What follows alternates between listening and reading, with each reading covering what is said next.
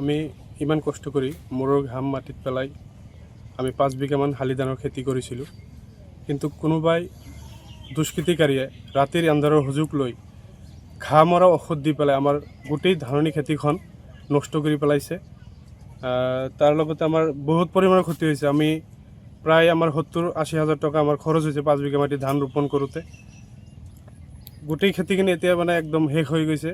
তাৰ লগতে আমি কৃষি বিভাগক বিনম্ৰভাৱে আহ্বান জনাম, আমাৰ গ্ৰাম সেৱক মহোদয়ে যাতে আমাৰ খেতিখন পৰিদৰ্শন কৰি কৃষি বিভাগৰ জৰিয়তে আমাক কিবা এটা সহায় আগবঢ়ায়। আৰু তাৰ লগতে আইন প্ৰশাসনক এইখিনি আহ্বান জনাম যাতে যদি কোনো দুষ্কৃতিকাৰক মানে তদন্ত কৰি উলিয়াব পাৰে, তেখেতক দৃষ্টান্তমূলক শাস্তি বিভাগৰ যাতে আগন্তুক দিনত কাৰোবাৰ খেতিত এনেকুৱা কাম কৰিব নোৱাৰে। সন্দেহ মানে কি, তাৰমানে আমাৰ মোটামুটি এটা হুলস্থুলীয়া পৰিৱেশ আমাৰ পাঠিমাৰী গাঁৱত চলি আছে। তো সেইকাৰণে হয়তো হ'ব পাৰে যে তেনেকুৱাকৈ মানে মোক হাৰাশাস্তি কৰাৰ কাৰণে এনেকুৱা হ'ব পাৰে।